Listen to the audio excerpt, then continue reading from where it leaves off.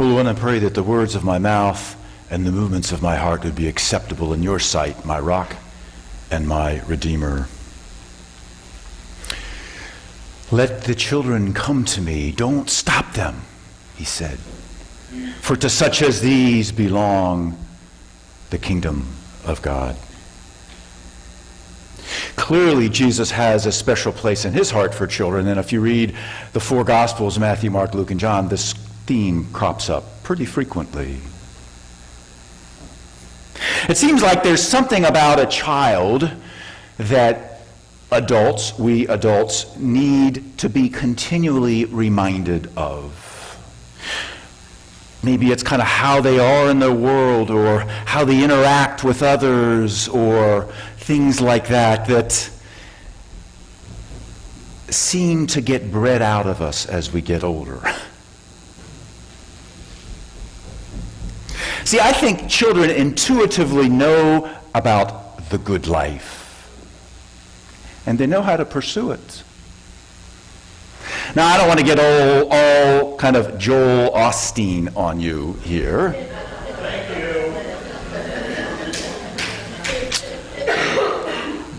you. Yes, that's all for today. But I think healthy religion really is about helping people live the good life. It defines how you define. It depends on how you define the good life, right? Jesus' life, death, and resurrection were about helping his followers grasp it and not let it go, because it seems to me clearly there are many forces in our life that you and I bump up against all day long that want us to let it go. It's a fleeting thing.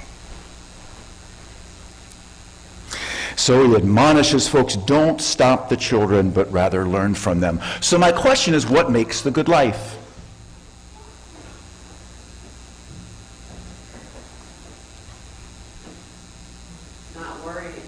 Not worrying.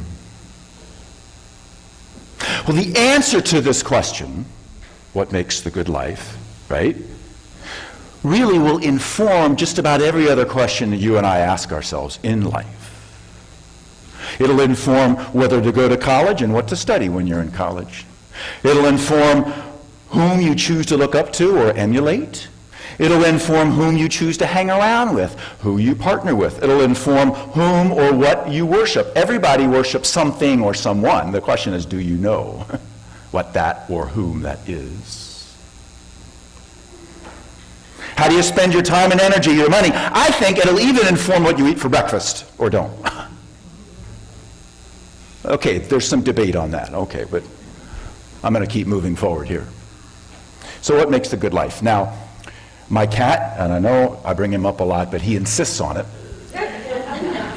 So he would answer that the good life is food, lots of physical contact, sleep, play, hunting, and there's one more thing, but that is no longer an option for him.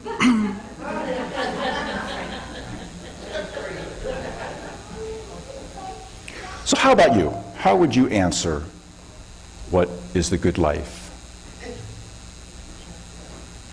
I saw a TED Talk recently on Harvard. Harvard did a study on it's called the Harvard Study on Adult Development, and the title was What Makes a Good Life? Lessons from the Longest Study on Happiness. Normally, titles like that wouldn't grab me. But this was done by, it seemed like it had some gravitas to it. The idea, Robert Waldinger said, who's the director of the study, who's actually a psychiatrist and also a Zen priest, as well as a professor there, he said, the question is what keeps us happy and healthy through life? Happy and healthy, good life. And if you were to invest in your future best self now, thank you, Joel, where would you put your time and your energy? If you could invest in your future best self now, where would you put your time and your energy? And there's a recent study done on millennials, and I'll pick on them a little bit here, but as you'll see, there's plenty of picking to go around, right? So a recent study done on millennials asked this question: what are some of your most important life goals? 80% of this group that was polled said, one of my most important life goals is to get rich. Well, if you live in that country, you can see where you get that from. Of that same group, half of them said another major life goal is to become famous.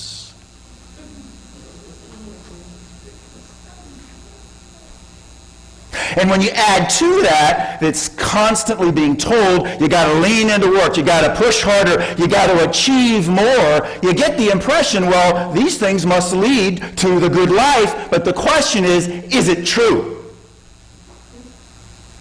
That's the question, is it true?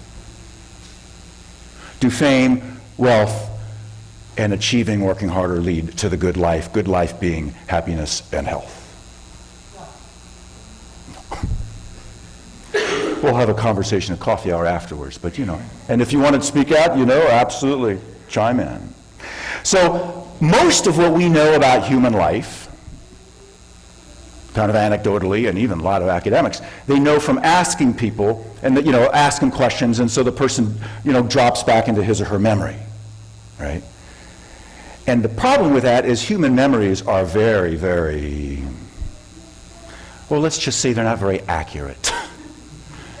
It's a shame that juries now are just learning this, like from 10 Angry Men, I think you saw that. I mean, that's 1950, but of how eyewitness testimony, but it's wildly wrong, even though they're sure.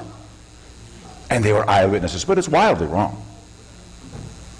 Anybody see that movie, 10 Angry Men? If you haven't seen it, go see it. But what, the study founder said, what if we could actually watch human lives from a young time all the way to the end? If we could actually watch them and get data the whole time on a bunch of human lives, so we're not depending on their memory to tell us what they were like when they were 17 or 50 or 70. What if we could do that? See, now I'm really listening. Oh, this is good.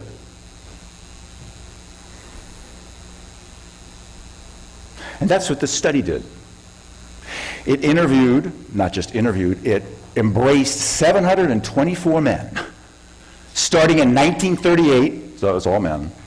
Half were, sorry, just work with me here. 724 men, right? This is 1938. Okay?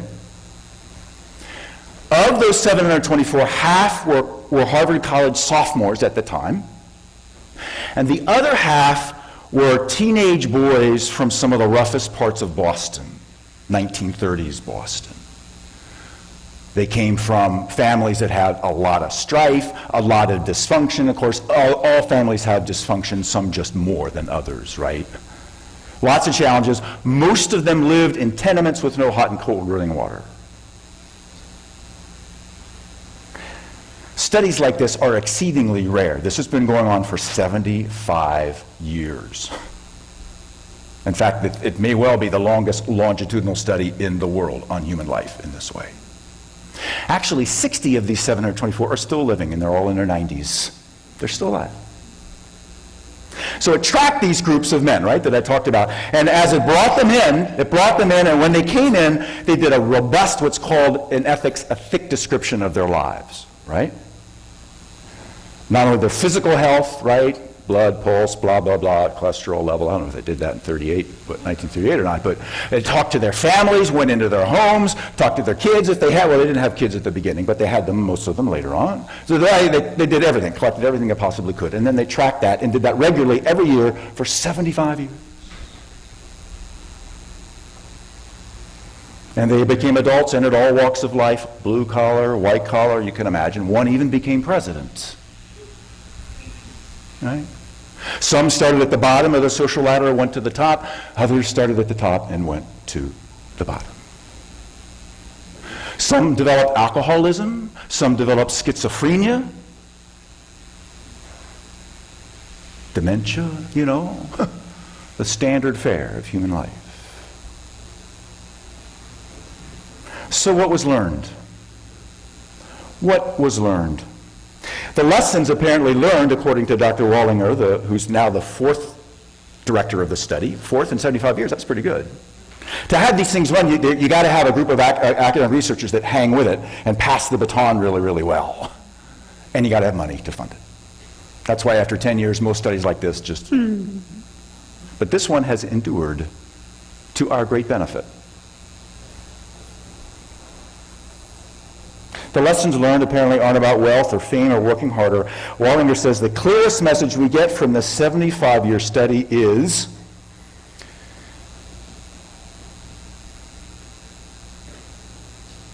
good relationships make us happier and healthier. Period. Was that all? Good relationships make us happy and healthier, period. Now there's more. Right? There's three big things, lessons that the study learned about good relationships, right? It learned that good relationships, in other words, first of all, that social connections are really good for us and that loneliness kills. Good social connections to family, to friends, to community make you happier, physically healthier, blah, blah, blah, etc. And it turns out from their study that the experience of loneliness is rather toxic. And by loneliness, again, this is so hear me, because loneliness, what they're defining it, someone reports as being lonely, and apparently on an ongoing basis, more than 1 in 5 do in America now. It's if you're more isolated than you want to be. So it's subjective. It's not someone thinking you're lonely, it's your report. So you're more isolated than you want to be. Now we need to make a really careful thing here too, and that's around the introversion-extroversion thing, right? Because people are that are more isolated than they want to be, the study found, they're less healthy, they live less long, and their brain function declines sooner. Now, I'm a bit of an introvert, so I was really paying attention now, because sometimes people think, oh, Jim, aren't you lonely? You're by yourself. And usually the answer is, no, I'm fine, thank you. Because introvert can also stand for like introspective, right? So, and it's important, especially in this country, because in America we have a bias for extroversion. There's like 3 times more extroverts than introverts. As one mother said, my daughter is not an introvert, she's a lovely girl. Hear it? That's real. Hear it? So extroverts get their energy, when they're tuckered out, they get their energy from being with people. They draw energy from other people. Now, I'm an introvert, but I can act like an extrovert, which is what I'm doing now. But afterwards, in coffee hour, you won't see this, right? But some pastors, they just want to go hug everybody. I bet that's not me, right? But it's not because I don't like you, it's just because, man, this takes a lot. This drains me. And if you're an extrovert, you just don't get it. You intellectually have to get it. If you're an introvert, you're tracking me right on. Introverts, introverts are that are willing to admit it. Okay, we have a little bit more than the 3 to 1, but the bias is for extroversion. They're both good. But introverts get their energy from being alone. They draw it more from within. Extroverts draw it more from without. They both are good, but they are different. So the point is, just because somebody is alone doesn't mean they're lonely. But they might be. You don't know. Because you can be lonely in a crowd. And you can be lonely in a marriage. Second big question, big lesson, is that it's not just the number of friends that you have, it's the, thank you, it's the quality of the friendships, of those close friendships. Are they warm or not? Turns out that living in the midst of conflict with your relationships on a regular basis is really bad for your health. High conflict marriages, for example, the ones that are without much affection, turn out to be bad for your health, and perhaps, the study found, that's worse than getting divorced sometimes. Living in the midst of good, warm relationships, contrastingly, is protective of our health. And what they did was they looked at guys now that they're in their 80s, and they looked back 30 years at the data of when they were 50, because they can do that, right? They got 75 years of data. And the question was from the because we know how these 80-year-olds are now, or at that time, what were they like at 50? And the question was, what was most predictive of how they would turn out 30 years later? So you can ask questions like that with this kind of data. And you can imagine what it was. The people that were most satisfied, had most satisfying relationships at 50, were the ones that were the healthiest and happiest at 80. In other words, it wasn't the level of your blood cholesterol. Now, that's not irrelevant, but apparently the quality of relationships has an has an even stronger impact on it than that. Close relationships seem to kind of buffer us from the slings and arrows of aging. The study said that the most happily partnered men, and apparently they have brought women in later, but they said in their 80s, on days when the physical pain spikes, as you get older, physical pain spikes, that their mood didn't similarly go down. The mood stayed pretty up, even though the physical pain went. Contrastingly, those that were not in satisfying relationships, emotionally tough, when the physical pain went up, it got worse. The pain, overall pain, went up. Their mood went down. You with me? Does this make sense a little bit? A third big lesson about relationships and health from this was that good relationships also protect our brains. And what they found was that men that were securely attached in securely attached relationships, and they're securely attached, the definition of that is that you feel like this person is dependable and they'll be there for you. That's what the definition of securely attached. This person will be there for me when I need him or her to be. Doesn't mean we're all la happy all the time. And we're not codependent. It doesn't mean that. But I can count on this person to be there when I need that, right? The people who are securely attached, their memories stay sharper longer. Now, secure attachment could be in a marriage relationship. It could be in a best friend relationship. It doesn't have to be like life partner thing. But someone who you can count on when the going gets rough and you know they're going to be there. It might be a sibling.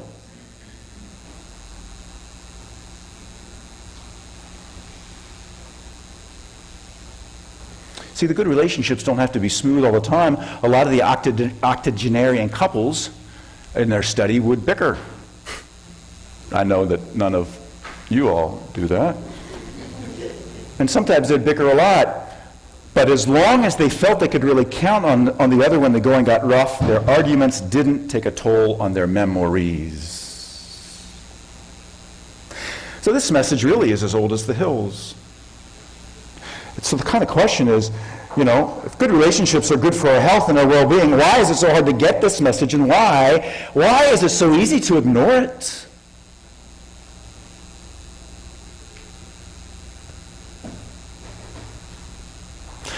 Well, one reason is human beings like the quick fix, right? That's sometimes we call the shiny object syndrome. Like, I just want to find something and pick it up, and that'll kind of fix me, and my problem will go away. And I won't have to do any work.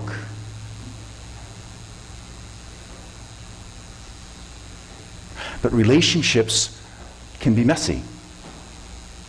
They're certainly complex, they can be hard, and the thing is, they keep going. You got to work at it like all the time. It doesn't just go away. So they're not subject to the quick fix syndrome, and that's what our economy is driven by, practically. Not just ours, many. Right? But the people who were happiest in retirement were the people who had actively worked to replace workmates with new playmates. See how your working relationships, your work ends, whatever that, or empty nest, or whatever those major transitions are, you got to find a relationship of equality or more that replaces that. Or the good life for you will probably begin to tail off. That's what the study would say. And it's interesting, you know, I picked on millennials at the beginning of my message, but a lot of these men, when they first brought them into the study, and in the first 10 years when they were millennials of their day, said the same thing. They said the same thing. But over and over they have found during these 75 years this study has shown that the people who fared the best were the people who leaned into relationships with family, with friends, and with community. So what about you and I? And if you're 25, if you're 30, you're 35, you're 50, you're 60, you're 80, you're 90, what about us? What might leaning into relationships look like? Because our health and happiness depend on it. It might be as simple as replacing screen time with people time, face-to-face time, real time, not Zoom and Skype. I mean, that's not bad, but no screens. Oh, that's hard. It might mean livening up a stale relationship by doing something new. You know, use your imagination. It might mean reaching out to a family member whom you haven't spoke to in years because, as the study found, and this is not news to you, but you, like me, you got to be reminded of this, family feuds take a terrible toll on our health and our happiness, especially a toll on those who hold on to grudges. They get hammered.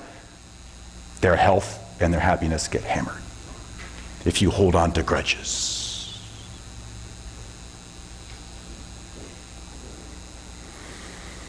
So what's the role of this church in this? What's the role of this church in helping us lean into relationships and to pursue the good life? So I'm wrapping up here now. Thank you for being on this journey with me. Relationships really are about incorporating love into your life, right? Two-legged creature, four-legged creature, whatever, right? And that's what this place is about. But as we're reminded every morning, when we're here, when we're harvest dinnering, when we're whatever, Columbus housing, youth grouping, is we come and we get loved. And if you live here and you don't get some measure of love, then, well, I hope that you do. But you also get a chance to give it. So one of the things that this church does really, really well, it offers us ministries, offers us channels so we can be vessels, so this love energy flows through us toward others. Because if you just want to have it and keep it, it'll go stale.